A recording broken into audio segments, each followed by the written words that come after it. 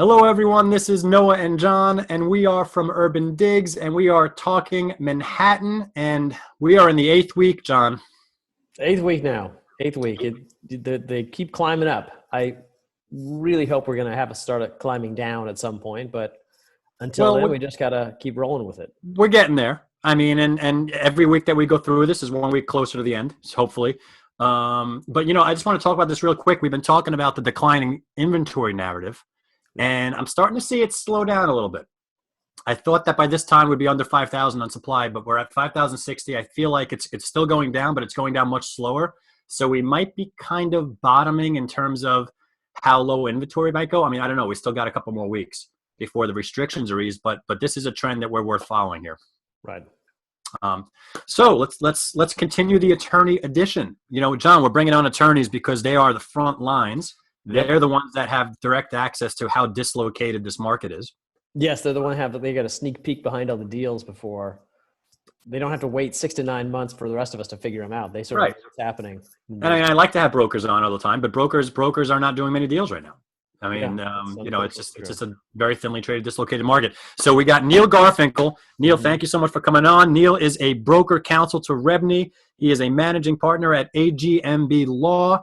Neil, thank you so much for taking time out of your day. And let's get right into it. What are you seeing out there? Wow. So first of all, thanks for having me, guys. It's always a pleasure. I know we've done this a couple of times, and it's a good opportunity for me to say hello to everyone. So thank you for doing that. I appreciate it. So my firm and I are known for a couple of things. Most people know me as broker counsel to the Real Estate Board in New York, REBNY. In fact, some people think I only work for REBNY, and in fact, have a whole other firm, Abrams, Garfinkel, Margolis, Bergson. And I bring that up just because a lot of people don't know that what we also do is represent lots of lenders. And so I'm operating almost in two different universes right now. I'm dealing in working with the real estate broker community and REBNY, excuse me, working on the purchasers and sellers, and then we're also representing the lenders, and we do a lot of closings. And so the good news, I'm going to start with the good news, is that lenders, by virtue of being deemed to be an essential service, which I think is probably an accurate statement, they are very busy. Interest rate environment is extremely low, and we are doing a ton of refinances, believe it or not, even in this marketplace, which I think is really important. It's great for the economy. It's good to keep liquidity in the economy, in the marketplace. And so we're obviously, it's not easy, quite frankly. It's stressful. Trying to do literally, 20, 30, 40 closings in a day is not easy when you're trying to have social distancing, keeping people safe, and so on. But what we're doing it. We're getting it done. And so that's a good thing, I think. Are those virtual closings? All of them are virtual closings? So virtual closings is a misnomer, particularly in New York. We are using virtual tools, but ultimately in New York, you still have a physicality associated with closings. You still need original documents signed. You still need stocks and leases brought to closings. You still need, if you're doing a consolidation, an extension and modification for purposes of saving on mortgage tax, you still need original documents. You still need original documents to be filed in the clerk's office, the recording offices. So they are, to a degree, with the virtual notary, the ability for, let's say, for example, Noah, I could send you some documents, you could sign them, and I could notarize them. You could hold them up to me, show them, send them back to me, and I can notarize them. So the fact that the governor issued that executive order was excellent. That helps, but we still have to send people to closings ultimately, or we still have to have a physicality associated with the closings. So everyone is chipping in. We're doing the best we can. So that's the good news. But I will say that most of them are refinance closings. I think so just to finish the point, we're seeing, let's say normally in a marketplace, I'd see roughly 50% commitment for purchase and sale, 50% for refinance. I'm seeing about 16% of purchase. The rest are all refinances. Right, and I guess that's to be expected. Hey Neil, let me just kind of hone you in on the contracts that you're signing that are new. Okay, so let's just call them Corona contracts, for lack of a better term, as well as renegotiated existing contracts that were existing prior to Corona. So Yeah. let's call those pre-Corona contracts. Yeah. So number one, Corona contracts. I guess these will be brand new deals that have been brought to your desk over the last, I don't know, 3-4 weeks. But I imagine there hasn't been many of those. That's what you said is the 15%, correct? Yeah, so right. So that probably it roughly equates to our purchase and sale environment for us personally. We've certainly seen a tick down. So maybe maybe it's like a 15% of what we were doing. We've done a handful. Okay. And if you were naturally curious, which I think you are as a person, you see the contract price, right? I know you can't disclose this. I know there's privacy. I understand that. I respect that. But Right. could you give us any color into the dislocation? That's because, I mean, everyone's trying to understand how down we are, like right now.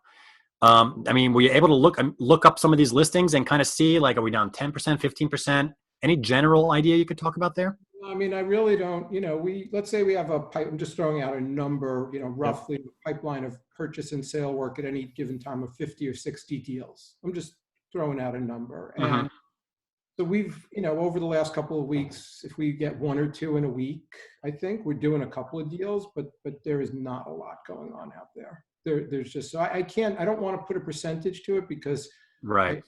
I There's not I don't- enough. Small I sample haven't size. quantified that enough. We track the number of mortgage commitments that we get in, as well as the closings that we do. So I know very specifically, I know exactly that. It's harder for me to say on the purchase and sales, but it's really a handful. I mean, Right. What about renegotiations? Are you dealing with any of those? These are existing contracts that are now being renegotiated? it's interesting because I said, let's assume that we have a pipeline of 60 deals that we work on at any given time, give or take. There's really only been a handful of true renegotiations. A couple of people have, but for the most part, what we're really seeing is uncertainty. Purchasers who saying, "Look, I'm not sure I'm going to have my job," and then so that's a problem, or I'm not getting my bonus, and then we've got the sellers who are like, "Look, I'm in contract. I need to sell. I need to buy something else." And so my best advice right now is the sit tight. I don't know that we know what we're going to be looking at, even 4 weeks from now. And, hopefully we see some type of change in the marketplace, whether it be there's more testing, whether it be some type of, antidote, whatever it is, right? Some type of vaccine, but we don't know what that's going to be. What I can say though, is that because this is unprecedented, now look to a level of, or a certain degree of history as it relates to how we come up with closing dates. So what do I mean by that? We usually put into a contract, there's an on or about closing date. So let's say it was on or about April 15th. On or about suggests that it'll close somewhere between April 15th and May 15th. Why that 30 days? Well, if you look at kind of custom and maybe case law, purchasers are entitled to a reasonable adjournment, and that reasonable adjournment has generally been deemed to be 30 days. So the question becomes, what's reasonable in this marketplace? And I don't know that 30 days is reasonable. So I'm saying to my purchasers, look, let's just ask for a reasonable adjournment. If you can't do it today, and let's see what's going to happen, 30 days from now, or 15, or whatever the case may be. And the same thing with my sellers. I'm saying, look, to send out what would be a times of the essence letter to ask someone or to require someone to come to the closing table today, I don't think is a very good idea. I don't think that's reasonable. Plus, even if you wanted to go to court, the courts aren't even open to deal with this. So I think that my best advice there is sit tight. I know that it's difficult. I know there's a lot of uncertainty. I know that it's putting a lot of pressure on people, but what else can you possibly do right now? Right. I mean, I guess where do you see us coming out of this? I mean, like, if we're easing restrictions in, when is it? May 15th is the next date that they're going to I think hopefully. that's when, the pause program is set to expire, but, I'm not sure. I think they're going to have to extend that. At least that's just. But let me just jump in here for a second. So I understand the whole idea of the on and about is sort of in flux and, time, the essence, it doesn't even make sense to do it. But I'm curious if you look on the buy side and you have buyers that have financing contingencies or mortgage contingency funding, all these different things, how are these timelines being handled? Or are they being handled is it like an ad hoc basis to extend each one and deal with them? Or is there a process in place? So unfortunately, in many cases, the mortgage contingency is probably expired. So mortgage contingency gives someone the right to cancel a contract, a purchaser the right to cancel a contract and get their deposit back if they don't receive their mortgage within a certain period of time, right? Some contracts, not all, have something called a funding contingency, which is a little bit different. It says that if the lender can't fund, then you don't necessarily, maybe you don't have the right, you don't have to close, you could look for other funding. Most of these timelines have probably come and gone and for a lot of the contracts. So I kind of take a step back and say 99% of the time people enter into contracts because they want to close. They want to purchase, they want to sell. They're not looking to play games. Yeah. And so to the extent that exists and that still exists, those deals are going to get closed. And I think that to the extent that someone really truly has lost their job or doesn't have, their salary is cut in half or whatever, that's going to be a more difficult type of conversation because I'm not saying that they may not be able to get out. They may need to negotiate a part of that down payment that goes to the seller because it's not the seller's fault that the purchaser lost their down payment, lost their job rather. So I think that there's going to be a lot of negotiation involved. You'll have the bucket of people who do want to still close. You'll have the bucket of people who just can't for whatever reason and want to try to negotiate. And then you might have the people that, purchaser who wants to be opportunistic and doesn't have any of those good reasons. And, again, I think that's going to be a give and take on both sides then. Yeah, and I guess just to come back to what Noah's saying about what's this going to look like when this all shakes out, I'm just curious, if you think about the pachinko machine where you drop the marble in the top and it can sort into any dozens of buckets. I'm just curious, if you look at this, what percentage of deals, and I'm just asking you for a ballpark guess, what percentage of deals do you think are going to come through this more or less unscathed? I could just go by our pipeline and I have probably 5 deals that are problematic right now of all of them. For the most part, we're saying sit tight.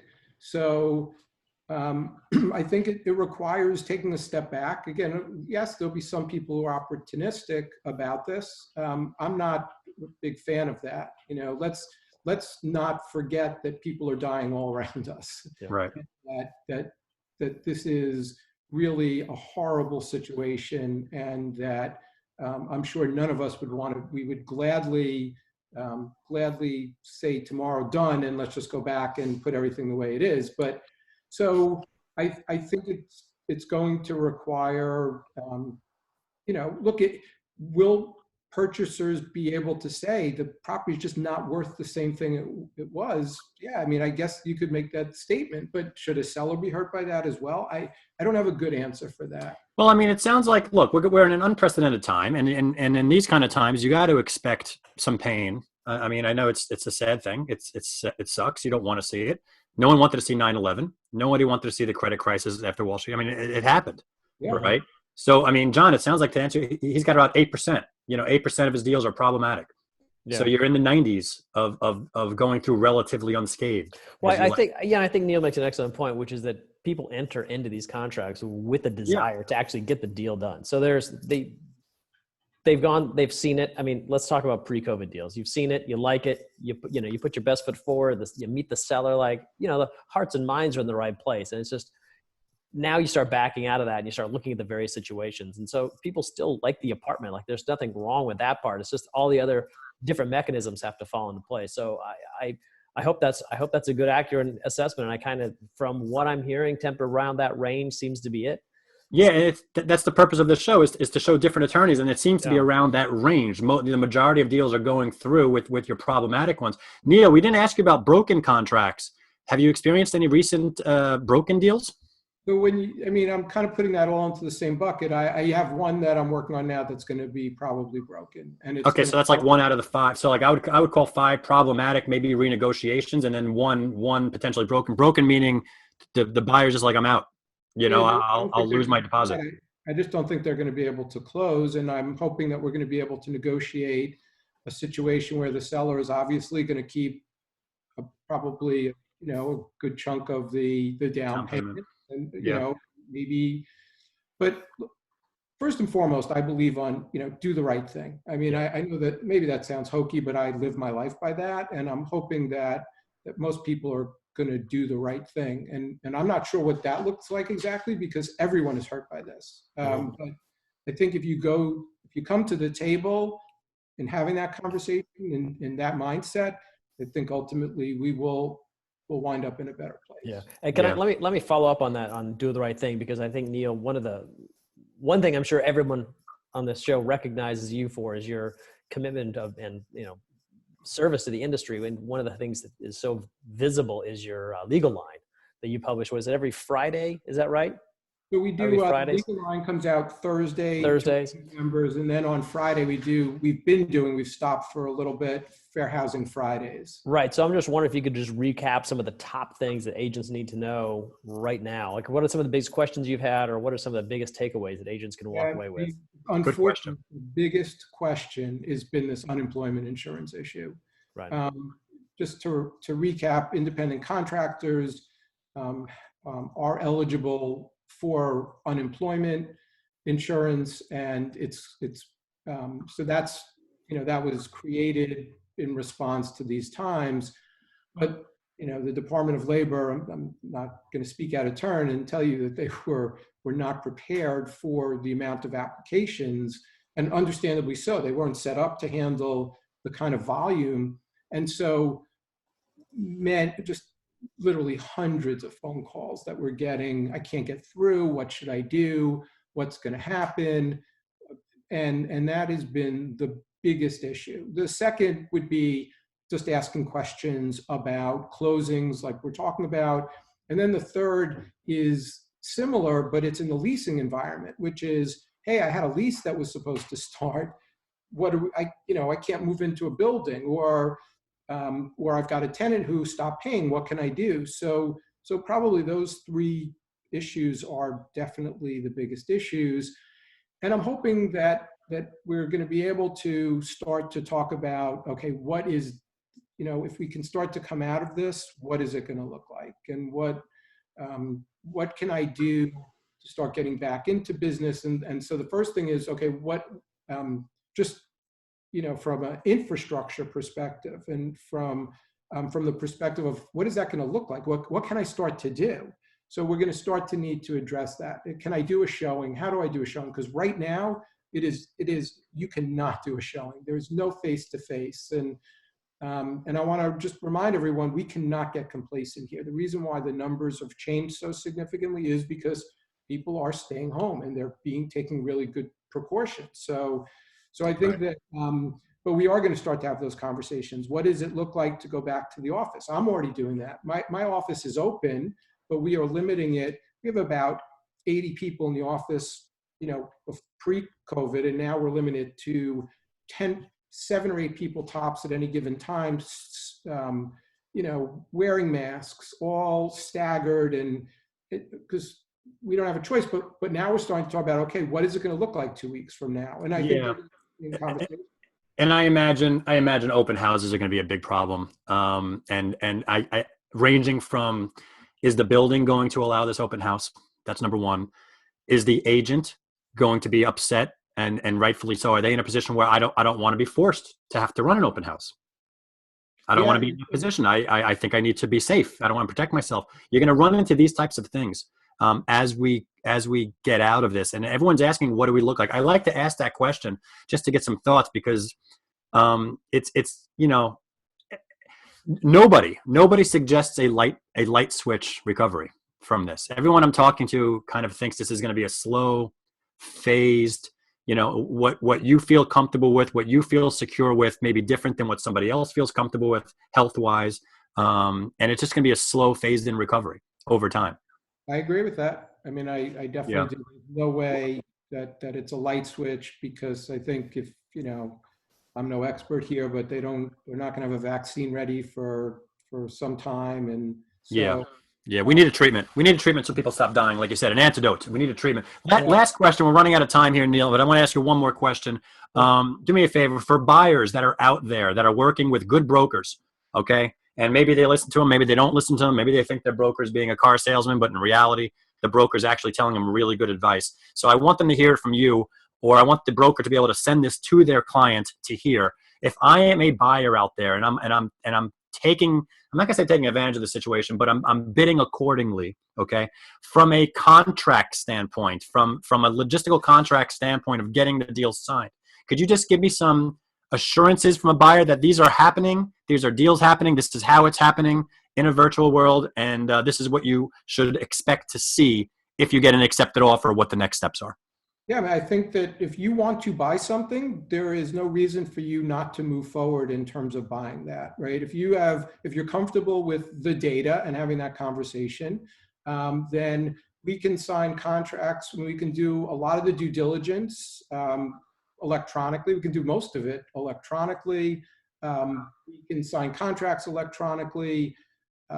You can do board applications electronically. We've encouraged the marketplace to be cooperative and collaborative and creative. Like, those are my 3 C's right now. And I think that if you do that, then then you can get this done. And so I don't think there's a reason not to. If you have good people, like you said, a good broker, good attorneys, good data, then yeah, I don't think you need to stop doing what you're doing. That's great. Listen, and being collaborative, this is what it's all about over here.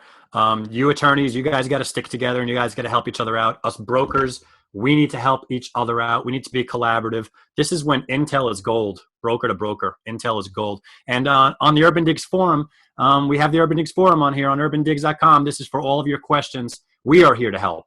So there are venues to go to ask questions, to get answers, to guide you better. If you have questions for clients, utilize this kind of stuff. It's great. Neil, thank you so much for taking time out of your busy day and joining us. I really appreciate it. Yeah, we appreciate you. Yeah, and I hope you stay safe out there. Neil Garfinkel, thank you so much. This is Noah and John. We are from UrbanDigs. We're talking Manhattan, and we'll catch you next time. Bye-bye.